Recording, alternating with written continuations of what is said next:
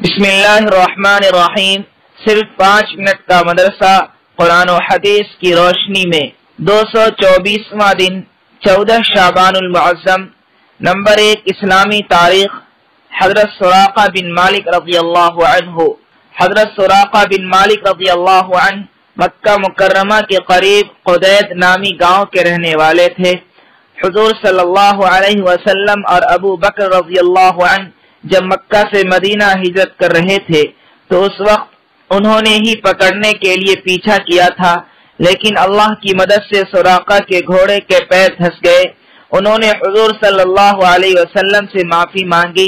آپ صلی اللہ علیہ وسلم نے معاف کر دیا اور فرمایا، اس وقت تمہارا کیا حال ہوگا جب تم کسرا کے کنگن پہنو گے۔ سراقہ نے حضور صلی اللہ علیہ وسلم کے پیچھا کرنے والوں کو روکنے کا وعدہ کیا اور واپسی میں تمام کفار کو بہانہ بنا کر روک دیا۔ جب اس کا یقین ہو گیا کہ حضور صلی اللہ علیہ وسلم اور ابو بکر رضی اللہ عنہ مدینہ پہنچ گئے ہوں گے تو لوگوں کو اپنا واقعہ بتایا۔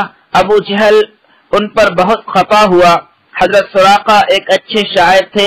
برجستہ انہوں نے شعر میں جواب دیا کہ اے ابو جہل، اگر تو میری جگہ ہوتا تو تجھے معلوم ہو جاتا کہ محمد صلی اللہ علیہ وسلم ایک سچے رسول ہیں جن کے پاس کھلی ہوئی نشانی ہے، ان کی برابری کون کر سکتا ہے۔ جب مکہ فتح ہوا تو حضرت سراقہ رضی اللہ عنہ نے حضور صلی اللہ علیہ وسلم کی خدمت میں حاضر ہو کر اسلام قبول کر لیا۔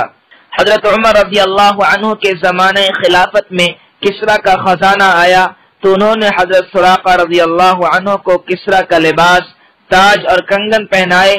یہ دیکھ کر مسلمانوں نے اللہ اکبر کی آواز لگائی اور کہا کہ آج حضور صلی اللہ علیہ وسلم کی پیشین گوئی ہو بہو پوری ہوئی۔ حضرت سراقہ رضی اللہ عنہ کا انتقال حضرت عثمان رضی اللہ عنہ کی خلافت میں سن 24 ہجری میں ہوا۔ نمبر 2 حضور صلی اللہ علیہ وسلم کا معجزہ، پتھر کا حضور صلی اللہ علیہ وسلم کو سلام کرنا۔ رسول اللہ صلی اللہ علیہ وسلم نبوت کے بعد فرمایا کرتے تھے، میں مکہ کے اس پتھر کو ابھی بھی جانتا ہوں جو مجھے نبوت سے پہلے سلام کیا کرتے تھے۔ نمبر 3 ایک فرض کے بارے میں 5 نمازوں کی پابندی کرنا۔ رسول اللہ صلی اللہ علیہ وسلم نے فرمایا، جو شخص 5 فرض نمازوں کو پابندی سے پڑھتا ہے وہ اللہ تعالی کی عبادت سے غافل رہنے والوں میں شمار نہیں ہوتا۔ نمبر 4 ایک سنت کے بارے میں رحمت طلب کرنے کی دعا۔ دین پر یا کسی نیک کام پر جمے رہنے اور رحمت حاصل کرنے کے لیے اس دعا کا اہتمام کرنا چاہیے۔ ربنا لا تزغ قلوبنا بعد اذ هديتنا وهب لنا من لدنك رحمة انك انت الوهاب۔ ترجمہ، اے ہمارے پروردگار، ہمیں ہدایت دینے کے بعد ہمارے دلوں کو مت پھیریے اور اپنی طرف سے ہمیں رحمت عطا فرمائیے، بے شک آپ ہی سب کچھ دینے والے ہیں۔ نمبر 5 ایک اہم عمل کی فضیلت، نماز میں قرآن کی تلاوت کرنا۔ رسول اللہ صلی اللہ علیہ وسلم نے فرمایا، نماز میں قرآن شریف کی تلاوت بغیر نماز کی تلاوت سے بہتر ہے، اور بغیر نماز کی تلاوت قرآن سبحان اللہ اور اللہ اکبر کی تسبیح پڑھنے سے افضل ہے۔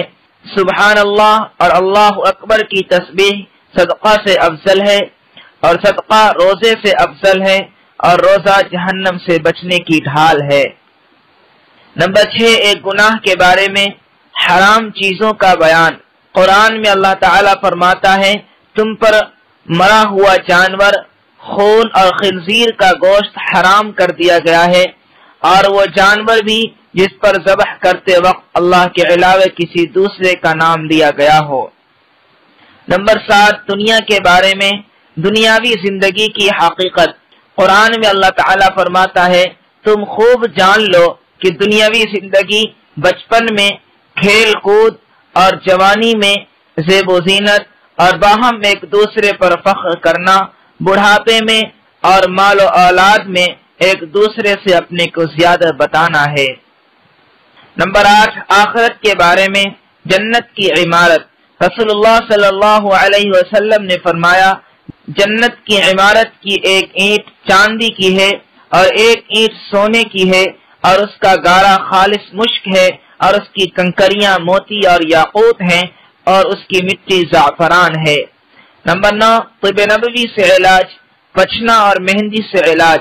رسول اللہ صلی اللہ علیہ وسلم سے جب کوئی سر میں درد کی شکایت کرتا تو آپ صلی اللہ علیہ وسلم فرماتے کہ تم پچنے لگاؤ، اور جب کوئی پاؤں کے درد کی شکایت کرتا تو فرماتے کہ تم مہندی لگاؤ۔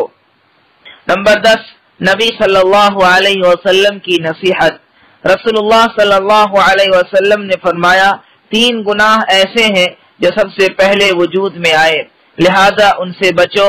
نمبر 1، تکبر سے بچو، اس لیے کہ تکبر ہی نے شیطان کو حضرت آدم علیہ السلام کا سجدہ کرنے سے روکا تھا۔ نمبر 2، حرص یعنی لالچ سے اپنے آپ کو بچاؤ، اس لیے کہ حرص ہی نے حضرت آدم علیہ السلام کو درخت کے پھل کھانے پر ابھارا تھا۔ نمبر 3، حسد سے بچو، اس لیے کہ آدم علیہ السلام کے ایک بیٹے نے دوسرے بیٹے کو حسد میں قتل کر دیا تھا۔